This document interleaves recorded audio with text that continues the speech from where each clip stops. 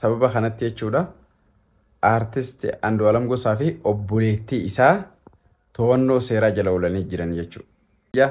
Yeroo naa kan nuti deemu minaamin waan dilata akka jira dhalaaf dhiiraatti jechuu qayyaa beek. Dhiirtinis sanuma waa'ee jaalarraa waa'ee naaf irratti sanuma. Dhiirtini meeqaa ifa ajjeesa meeqaa sababa inaaf ajjaartii ifa ajjeesa ammas. Dhalaani meeqaatitu sababa inaaf ajjaarsa ifa ajjeesa. Meeqaa ifa ajjeesa ammas. Bishaan duutee namni kun haala kana du'ee. Laal namni gisee lafa bu'ee fooqirraa ni caccaba lafeen dhukkaa'u jira daakamu hurraa'u waan adda addaati jira jechuudha. Kanaafuu waan kana keessatti adda baha jechuudha qorannoo kana keessatti. Silaa qorannoon akka itti adda bahutti osoo gartee isin awwaalleen duratti.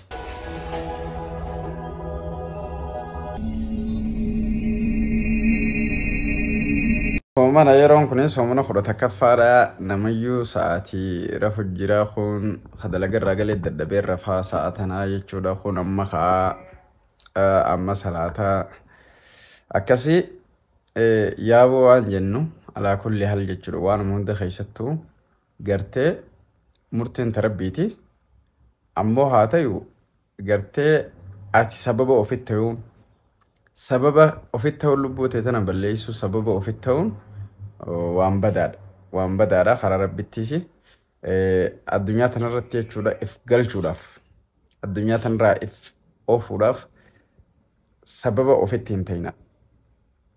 Amma namoonni garii maal jedhani namoota hedduudha amma sababa kanatti jechuudha artist Andu'aalam Gosaa fi obboleettii isaa to'annoo seeraa jala oolanii jiran jechuudha. Poolisoonni jechuudha qorannoodhaaf to'annoo seeraa jala oolchee jira. Qorannoo tana keessatti egaa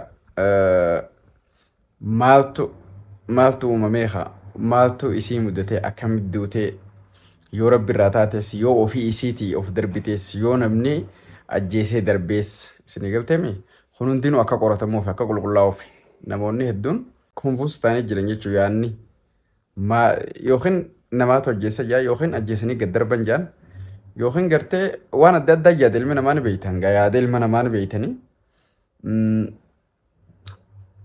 saniif jecha adda baasuudhaaf qaamni nageenyaa jechuudha jara sidhee jira itti jira jechuudha. Garuu ammoo silaa qorannoon akka itti adda bahutti osoo gartee isin awwaalleen duratti osoo isii hin awwaalleen duratti silaa godhame hedduu gaarii. Isin galteemi isii osoo hin awwaalleen dura yoo godhame mana hakimaa fidanii haa meeshaa jira mire meeshaa adda addaatiin ilaalamtee haa qorannoon isii yoo ifa adda namaa bee hedduu gaarii yoo if darbitees ifiif darbuu isin agarsiisa meeshaan duutee namni kun haala kana du'ee laal namni gisee lafa bu'ee fooqirraa ni caccaba lafeen dhukkaa'u jira daakamu hurraa'u waan adda addaati jira jechuudha. Kanaafuu waan kana keessatti adda baha jechuudha qorannoo kana keessatti. Ammoo namni tokko eega du'ee awwaalamee booda qorannoon geggeessaa gisee jettu an hedduu ifan an galu. Inamanu hedduu maaliif jennaan yoo haajettuma jettee fi oduu akkas turte bar daqiiqaa muraasa dura akkanatti biraa gabbahe namni akkasii santu bira ture hoggusan biraa deemne nu bira akkana gabbaate sa'aatii kana daqiiqaan gana gabbaate waan akkana kana gartee ha qorannoodhaan haasawaan fidantuni dhugaa likkii saniin argattu jechuudha dhugaa isii sirreessan namaan mul'istu. Saniifuu silaa osoo isin awwaalleen duratti qorannoon amma isin injee kana gaggeessan hedduu gaariidha.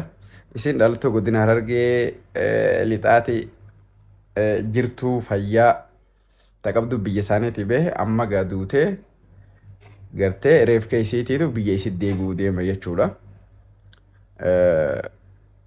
Rabbiin maal jaaseetan lubbuu gartee fi uume tana akkaataa kamiinuu jechuu akka namni ajjeese yeroo dubbatu gaaf duratti arabootaatiitu daa'imman isaanii kana ajjeese dubartoota kana jechuudha. Dubartoota kana gurguddoo hundaa ajjeesan bareedduu dubra geessitee yeroo tana ajjeesan hinaafarraa kan ka'e akkamitti isiin laffa'ee guddisee akkana bareeddu tana dhiirri fuudhee hojii galajee ajjeesa jechuudha.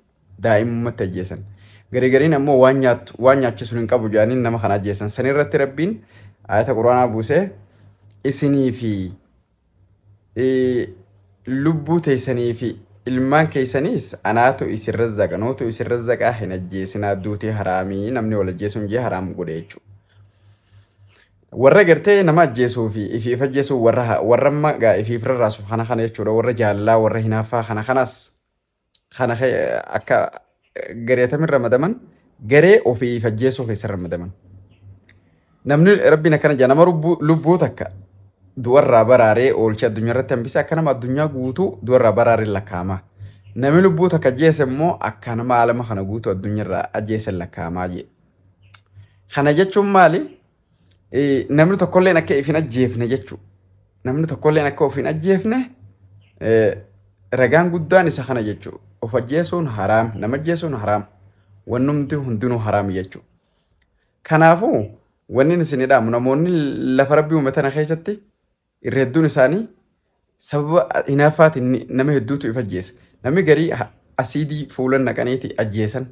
Garii summi nyaachisan garii ableendiriin ajjeesan garii ni ukkaamsan garii zeetaran naqan garii foogirraa darban gariin ifirraasan istaayila hedduu jechuun sababa hinaafan namni istaayila hedduu kalakoofsaanan garan yoo amne gartee istaayila hedduu addunyaa tanarraa istaayila adda addaa hinaaffaadhaaf sababa jaalalatti. Wanni isin jedhamu isin moobaayila chaarjiitii miti. Kan moobaayila gartee chaarjiin jiraatu yoo chaarjii fixalib jeedu.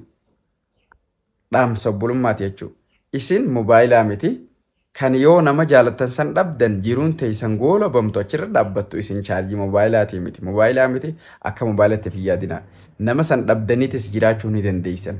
Dhibbaan dhibbatti yoo sammuu teessan bantan jechuudha. Sammuu teessan banaa godhuu qabdan. Nama san yoo dhabdan jiraachuu dandeessan. Rakkuma feete cinqatuma feete keessa jiraadhu. Inshaallah keessaanii baata guyyaa takka. Garuu maal si barbaachisa? Obsa qabattee rabbi qabachuusu barbaachisa. Obsa jabaa qabattee rabbi qabattee du'aa godhannaan ni furomte jechuudha. Rabbiin nama ati jaalattee dhabde kana irra caalu bakka sii buusa. Kanaafuu sababa jaalalaa kanatti nama hedduu du'e. Amma waan isin irra duutan beenu waa hinaaffaadha. Waan jaalalaati. Waan dhiiroo isin tungaa nama bultii qabu waa bultiiti.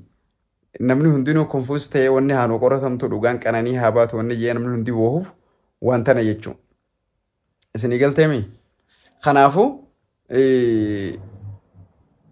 laal sammuu teessan nama ifi olii nama hin dandeenye yookaan nama sadarkaa isinii olii akkamitti likkiiti jedhu fe'ee akkaan an barbaadu akkaanii fi onneen ta'e jaalattu maaliif naan taana jettaniitis yaaddanii hin jinqamtanii lubbuu teessan gaagaamarraan hin gahina.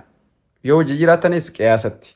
Yoo isinii ol deemes isin jalaa dhaabbachaa hanga deemtan wajji deemaa yoo dhabdanillee jiraachuu ni dandeessan nama san caalu rabbi isinii fidajee isinitti himeetiin jira.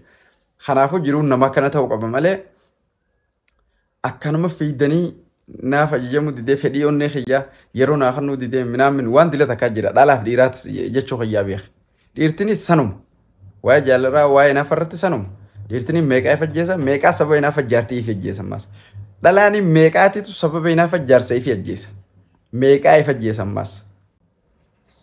Isin galtee kanaafuu waa'ee inaafaatiif gartee waa'ee bultii kanarra wal fixuu lakkoofsumaan qabdu namni hedduu addunyaarraa gala. Amma gaa akka jaamaa jirutti isiitiitu fooqirraaf darbe jedhanii dubbii rabbiitiin alatti garuu laal murteen tanuma rabbii taate isiitiitu rabbiin harka keessanii ifin alaakinaan jenneere halaa hasan keessa seenteechi dubbiin tun. Saniifuu wanni namni haanu qoratamtu ja'uufis tana ifii of alaakuu tana hagam takka dhuga ofii if ajjeesuun hagam takka dhuga. Yoo namni yoo ajjeessu taates yoo namni ajjeeses hagam takka dhugaadha wanni namni baruu barbaadu tanaa jechuu karaa gabaabaa. Akkasii kanumaan isin injoo barbaada waan rabbi jees isinitti himee jiru teessan keessatti sammuudhaan deemuu qabdanii meegaa dhugaaraa qananii rabbi haa baasu akka itti duute rabbi haa baasu akkasuma gaa haadha abbaa isii uumee fi haadha abbaa isiin irraa argamtee fi lafa tanarra isii fidee gartee rabbii gaditti isii fidee fi akkasuma namoota gartee jaalatamtoota isii dinqisiifattoota isii akkasuma gartee abbaa warraa isii jajjabina rabbi haa kennuuf jennu waan biraan jennu kanuma viidiyoo kana daawwadhaa mee maalirraa hubattan.